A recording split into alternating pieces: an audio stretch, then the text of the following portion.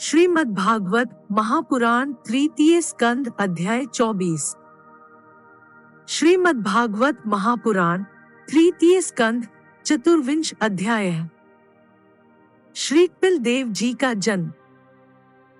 श्री मैत्रेय जी कहते हैं, उत्तम गुणों से सुशोभित मनुकुमारी देवहूति ने जब ऐसी वैराग्ययुक्त बातें कही, तब कृपालु कर्दम मुनि को भगवान विष्णु के कथन का स्मरण हो आया और उन्होंने उससे कहा। कर्मठ जी बोले, दोष रहित राजकुमारी, तुम अपने विषय में इस प्रकार का खेद न करो। तुम्हारे गर्भ में अविनाशी भगवान विष्णु शीघ्र ही पधारेंगे। प्रिय, तुमने अनेक प्रकार के व्रतों का पालन किया है, अतः तुम्हारा कल्याण होगा। अब तुम संयम, नियम, तप और दानादि करती हुई श्रद्धा पूर्वक भगवान का भजन करो।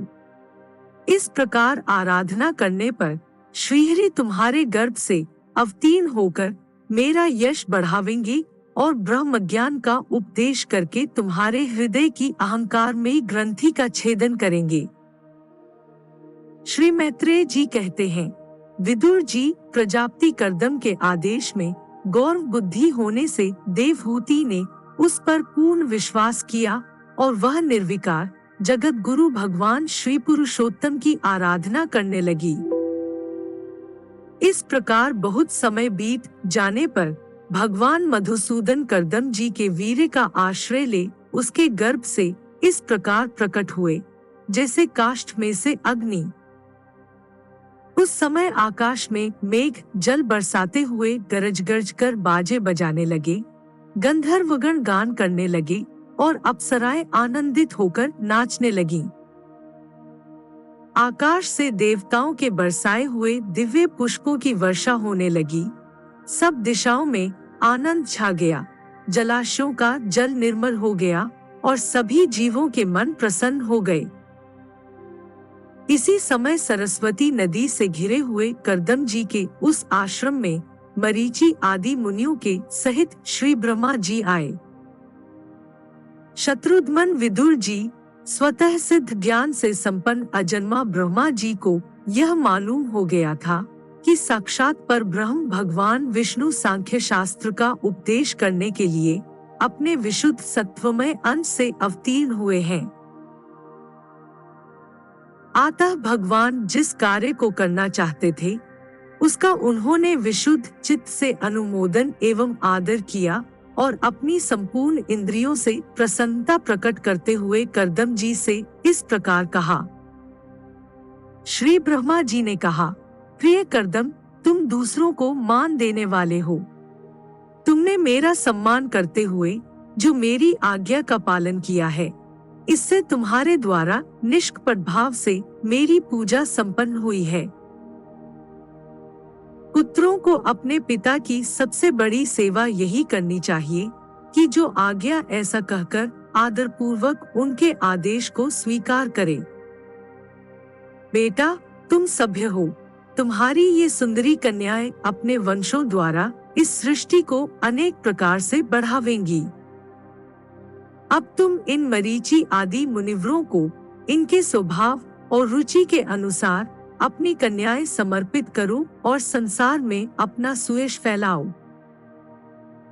मुने, मैं जानता हूँ जो संपूर्ण प्राणियों की निधि हैं, उनके अभीष्ट मनोरथ पूर्ण करने वाले हैं, वे आदि पुरुष श्री नारायण ही अपनी योग माया से कपिल के रूप में अवतीर्ण हुए हैं। फिर देवहूति से बोले, राजकुमारी, सुनहरे बाल, कमल जैसे विशाल नेत्र और कमलांकित चरण कमलों वाले शिशु के रूप में कैटभासुर को मारने वाले साक्षात श्रीहरि ने ही ज्ञान विज्ञान द्वारा कर्मों की वासनाओं का मूलोच्छेद करने के लिए तेरे गर्भ में प्रवेश किया है। वे अविद्याजनित मोह की ग्रंथियों को काटकर पृथ्वी में स्वच्छंद विचरेंगे। ये सिद्धगणों के स्वामी और सांख्याचार्यों के भी माननीय होंगे। लोक में तेरी कीर्ति का विस्तार करेंगे और कपिल नाम से विख्यात होंगे। श्री मैत्रेय जी कहते हैं, विदुर जी, जगत की सृष्टि करने वाले ब्रह्मा जी उन दोनों को इस प्रकार आश्वासन देकर नारद और सनकादि को साथ ले हंस पर चढ़कर ब्रह्मलोक को चले गए। ब्रह्मा जी के चले जाने पर कर्दम जी ने उनके आज्ञानुसार मरीचि आदि प्रजापतियों के साथ अपनी कन्याओं का विधि पूर्वक विवाह कर दिया। उन्होंने अपनी कला नाम की कन्या मरीचि को, अनसुया अत्रि को, श्रद्धा अंगिरा को और हविर्भू पुलस्त्य को समर्पित की। पुलह को उनके अनुरूप गति नाम की कन्या दी। क्रतु के साथ परम साध्वी क्रिया का विवाह किया। भृगु जी को ख्याति और वशिष्ठ जी को अरुंधति समर्पित की। अथर्वा ऋषि को शांति नाम की कन्या दी, जिससे यज्ञ कर्म का विस्तार किया जाता है। कर्दम जी ने उन विवाहित ऋषियों का उनकी पत्नियों के सहित खूब सत्कार किया। विदुर जी इस प्रकार विवाह हो जाने पर वे सब ऋषि कर्दम जी की आज्ञा ले अति आनंद पूर्वक अपने अपने आश्रमों को चले गए। कर्दम जी ने देखा कि उनके यहाँ साक्षात देवाधिदेव श्रीहरि ने अवतार लिया है, तो वे एकांत में उनके पास गए और उन्हें प्रणाम करके इस प्रकार कहने लगे, अहो, अपने पाप कर्मों के कारण इस दुःखमय संसार में नाना प्रकार से पीड़ित होते हुए पुरुषों पर देवगण तो बहुत काल बीतने पर प्रसन्न होते हैं, किंतु जिनके स्वरूप को योगीजन अनेकों जन्मों के साधन से सिद्ध हुई सुदृढ़ समाधि के द्वारा एकांत में देखने का प्रयत्न करते हैं, अपने भक्तों की रक्षा करने वाले वे ही श्रीहरि हम विषय लोलुपों के द्वारा होने वाली अपनी अवज्ञा का कुछ भी विचार न कर आज हमारे घर अवतीर्ण हुए हैं। आप वास्तव में अपने भक्तों का मान बढ़ाने वाले हैं। आपने अपने वचनों को सत्य करने और सांख्य योग का उपदेश करने के लिए ही मेरे यहाँ अवतार लिया है। भगवान, आप प्राकृत रूप से रहित हैं। आपके जो चतुर्भुज आदि अलौकिक रूप हैं, वे ही आपके योग्य हैं, तथा जो मनुष्य सदृश रूप आपके भक्तों को प्रिय लगते हैं, वे भी आपको रुचिकर प्रतीत होते हैं।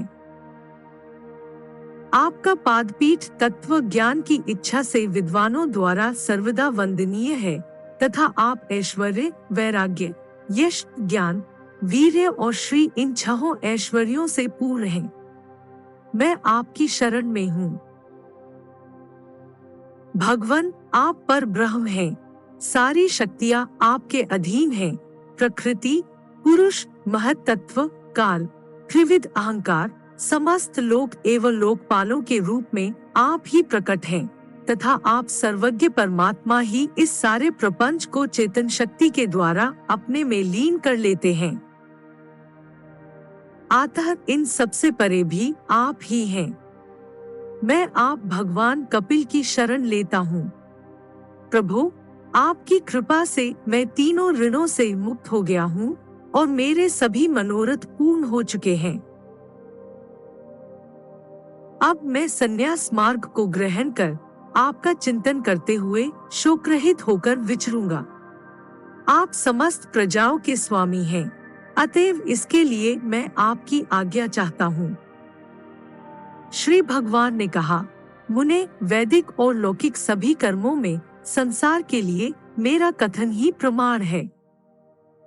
इसलिए मैंने जो तुमसे कहा था कि मैं तुम्हारे यहाँ जन्म लूंगा, उसे सत्य करने के लिए ही मैंने यह अवतार लिया है। इस लोक में मेरा यह जन्म लिंग शरीर से मुक्त होने की इच्छा वाले मुनियों के लिए आत्मदर्शन में उपयोगी प्रकृति आदि तत्वों का विवेचन करने के लिए ही हुआ है। आत्मज्ञान का यह सूक्ष्म मार्ग बहुत समय से लुप्त हो गया है। इसे फिर से प्रवर्तित करने के लिए ही मैंने यह शरीर ग्रहण किया है, ऐसा जान। मुने, मैं आज्ञा देता हूँ, तुम इच्छानुसार जाओ और अपने संपूर्ण कर्म मुझे अर्पण करते हुए दुर्जय मृत्यु को जीतकर मोक्ष पद प्राप्त करने के लिए मेरा भजन करो। मैं स्वयं प्रकाश और संपूर्ण जीवों के अंतःकरणों में रहने वाला परमात्मा हूँ।